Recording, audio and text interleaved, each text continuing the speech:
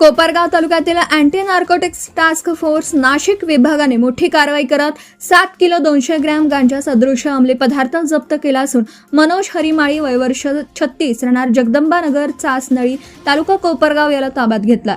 30 मार्च रोजी रात्री 9:20 ते 10 वाजण्याच्या दरम्यान आरोपीच्या राहत्या घरी छापा टाकून ही कारवाई करण्यात आली।